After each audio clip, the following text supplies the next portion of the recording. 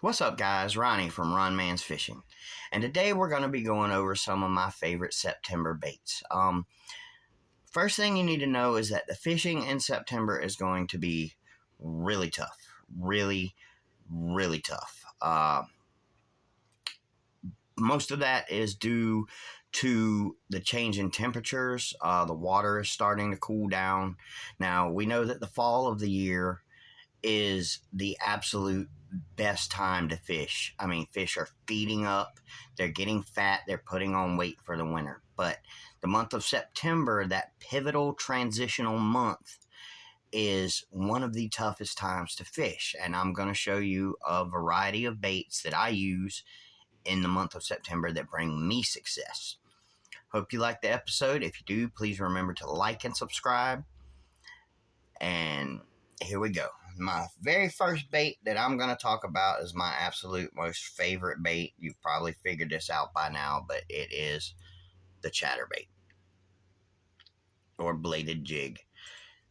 These baits work exceptionally well because you have to remember two things when fishing in the month of September. The fish are either going to go really deep or really shallow. One of the two. Some of them's going to branch off and go really deep. Some of them's going to branch off and go really shallow. With a chatterbait, you can work this bait shallow or you can work it deep just by allowing it to sink. And a lot of the times, I get most of my strikes on a chatterbait as it's falling down. If you cast it out in deep water and you notice it's taking a little bit longer for it to hit the bottom, and you know you're not in that deep of water, you might want to reel in a little bit and see if you feel a tug. Because like I said, most of the time on the way down, that's when most of your bites occur on a chatterbait. And as you're reeling it in, stop it occasionally and let it sink, and you get your bites on the way down. Now, this color here, I would use more in clear water. This is Sexy Shad with a Zoom Super Fluke Junior trailer. Okay, I'd use this in clearer water. For darker water, I'm going to go with my blue and black chatterbait because this creates a silhouette that bass can see from a distance in that murky water, and they will go for it. They will track it. They will eat it. Once again, on the way down, most of the bites occur. I don't know why, but most of the bites occur on the way down. Okay, now, if my chatterbait is not producing strikes and I think that the noise is spooking fish, I mainly use my chatterbaits on windy days when you need noise to attract fish. Okay, say the wind is not blowing. It's a good calm day and a chatterbait is just going to be a little too loud for attracting fish. Then you go with the good old swim jig. This swim jig right here, it's weedless. You can throw it in rock. You can throw it in wood. You can throw it in grass. It's not going to get tangled up. Once again, as it's going down, strike. You just swim it along through the water column, or you can jig it up and down, yo-yo it, work it that way, and it'll create a strike. Once again, this one for clearer water. This one for dirty water. Same scenario as the chatterbait, same colors. Now, chatterbaits come in a variety of colors. I have a solid white one here that works well in clear and murky water. You can use this in both situations. Silver bladed, good for murky water. I have chartreuse white and orange with an orange blade, good for murky water. I have a brim colored with a speed Cinco as a trailer to mimic a bluegill. This is the big bladed version. Now, that's not the only baits you can use. You can use swim jigs, like I said. You can use chatterbaits. Having a good deep diving crankbait is good to have in your arsenal as well. This one will dive up to 15 feet. I have some that will dive deeper. I have some that have a weight in the bill that will help it sink to the bottom to work it off the bottom if I'm working it off rock. But normally the 15 foot is the one I'm going to go with.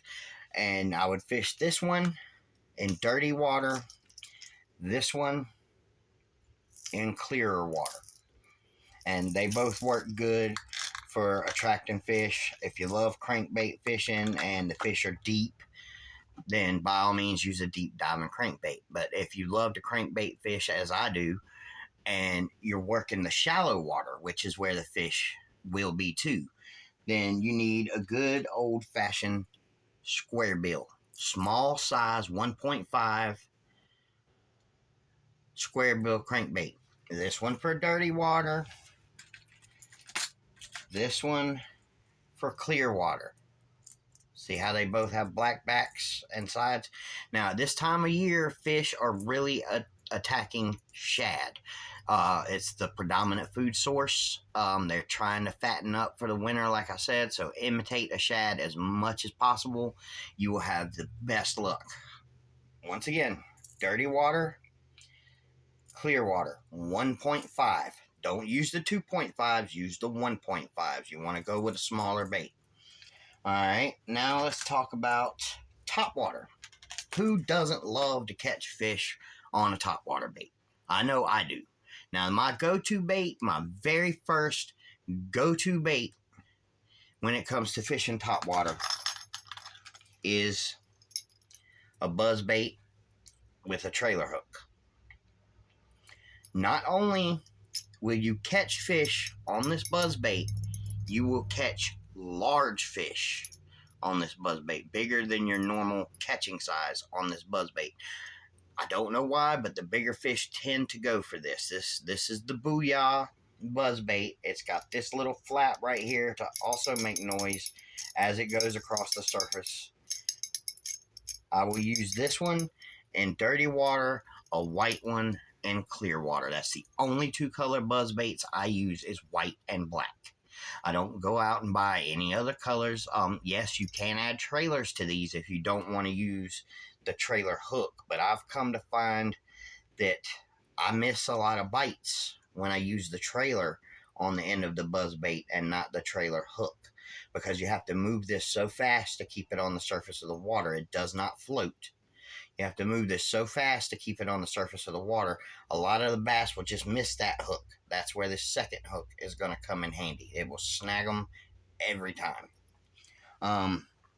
My next favorite topwater bait that I will go with is a good old whopper plopper. Yes, sir. These will turn out bass more than not. I mean, this one, I got the black and silver. I've got, oh, it's tangled up. Hold on, give me 1 second to get it loose from the other one. I've got the sexy shad with a blue back, and I've got a solid white one. I also have a double-bladed whopper plopper. I have not used this yet. I don't know how good it's going to work yet. I will do a video just on this double-bladed whopper plopper to let y'all know. Another good topwater bait that I like to use is a wake bait. Now, this is a pretty large wake bait. It resembles a bluegill. As it swims through the water, that tail's going to flap. It's going to make a V-shaped wake around it. Bass absolutely tear them up. I'm going to use this one in clear water. I'm going to use this one in dirty water. Wake baits are really good baits. They attract big fish. Now, another bait that I like to throw, especially on windy days and choppy water, is the good old rattle trap. A vibrating bait. It makes a lot of noise on them windy days. It's got that flash of a shad. Bass absolutely love to tear it up. Those are my go-to baits for the month of September. Try them out. I guarantee you're going to have a lot of fun practicing and learning them, and I guarantee you're going to catch fish. It's my arsenal. I use them every September, and I always turn out trophy bass every year. I'm working on getting the equipment so I can actually take y'all out there fishing with me to show y'all the fish that I'm catching in the month of September. It should be here soon. As soon as I get it, we will get on the water together. Once again, this is Ronnie from Ron Man's Fishing. We hope you liked what you've seen. Please like and subscribe to the channel. And thank you very much.